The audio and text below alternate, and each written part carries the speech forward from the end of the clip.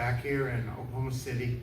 I love playing the conference tournament, and it's even more exciting when it's on this field and in this stadium.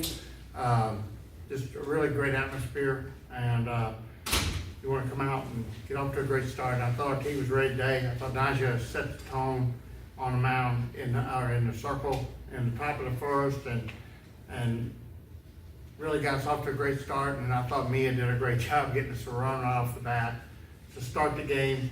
And I thought our defense was really good today.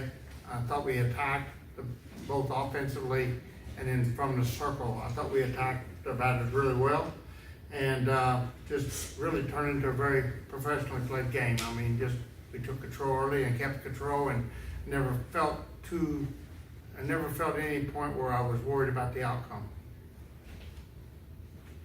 Nijaree, how'd you feel out there getting there? You got really in a groove early, and then obviously your offense picked it up right from the first swing for Mia. Yeah, I felt good. I felt like when you're pitching with the lead, too, especially getting one early on, I can just go out here. Mia, tell me about that first at bat. Yeah, I think just my main thing was just trying to get a good pitch, and then if I get a strike, good things will happen. So yeah. Coach, tell me about Jackie Liss. I think she was kind of under the radar going into the season, but she has just blossomed there and hit that big 2-run homer. Yeah, phenomenal player, very disciplined at the plate. You know, both the home runs already come off 3-2 counts, I believe, and I thought Mia did a really good job there getting to that 3-2 where they had to throw a good pitch to her. And then Jackie, just so patient, with runners to second, third, and took the 2 pitches on the outside corner and waiting on the inside pitch and just smoked it down left field line. But she's just an elite player. You look at her home runs are way more than her strikeouts. Jackie she gets good pitches, and then when she does, she damages them. A lot of RBIs, tremendous defensive player, extremely intelligent in every aspect of the game. Just a really intelligent player and a great teammate for the girls. Mia, you've always had the power. What, if anything, was tweaked when you did get here to help with efficiency at the plate?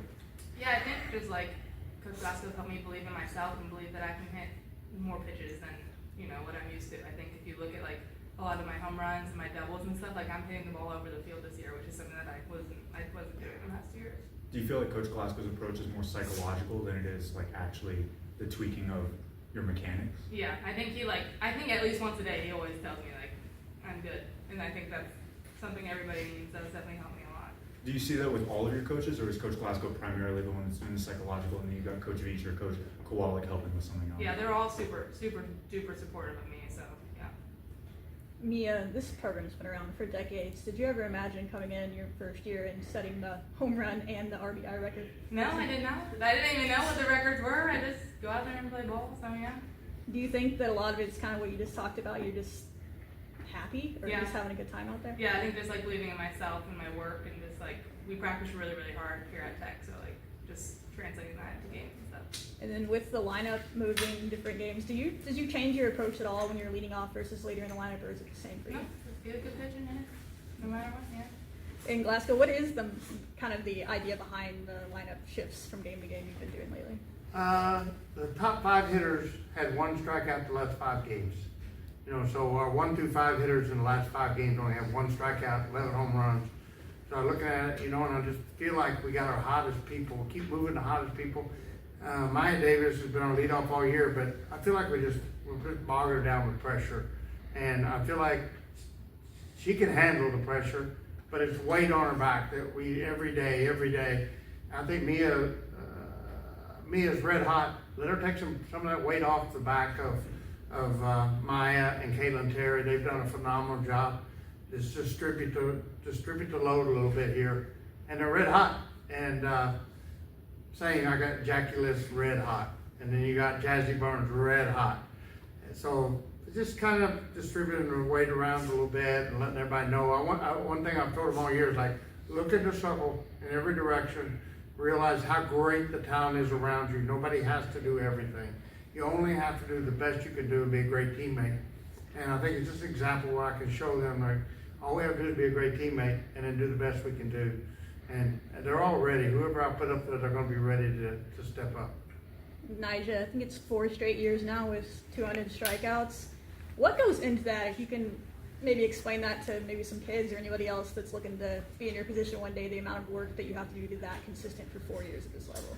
Yeah, a lot of practicing, a lot of going out to pitch, and even on days where you honestly don't want to, but just knowing like eventually consistency is going to pay off.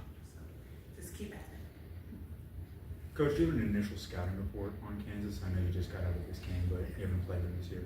Yeah, I'm not enough to even. I've been focused on one game at a time. And Baylor, you know, when you play a team like Baylor 4 times in a row, it almost like going into that, I was like kind of relieved we got that loss last week, because I knew our team would take it very serious. It gives us another chance to avenge that loss. And now we'll worry about Kansas. As soon as I get to the hotel, it'll be all about Kansas. And they're a great ball club. I've watched them all year. They've really got a good offense. They've been pounding the ball. I told our kids they're going to come out. It's going to be a war tomorrow. It's going to be a war every day this week. And tomorrow's going to be a war. Because Kansas is a hungry young team, and they're really, really hitting their stride. And they're going to compete. So we just got to be ready, and then we'll start getting the scouting report as soon as we get back to the hotel. Last season, y'all didn't allow a single run in the Big 12 tournament. I know it's probably your goal at the beginning of the season not allow a run the entire year. But is it something on your mind that you want to repeat what you did last year? Not necessarily repeating last year, but shutouts are always important. Anytime you can, I just told the team after the game, if we can keep throwing shutouts, it's the biggest thing we can do to assure we're going to win. You can tie, but you're not going to get beat as long as you throw shutouts. And I love that. I think it's important because it's a reflection of both your defense and your pitching, and it's a reflection of the mindset of your entire, defensive side of the ball. So I love shutouts. Nijaree, just real quick, we're going off of the shutouts, just talk about your girls, KT and Samantha coming in and just helping you, and also them getting their feet wet early in this game so they can go on in games 2 and 3 potentially. Yeah, I think we all complement each other really well. So I started, of course, and then KT goes in, who's a lefty, so that throws them off already. And then Sam right after her, which she's mostly down in the zone. So I think we're all just 3 different looks, and it just keeps hitters off balance. Thanks, y'all.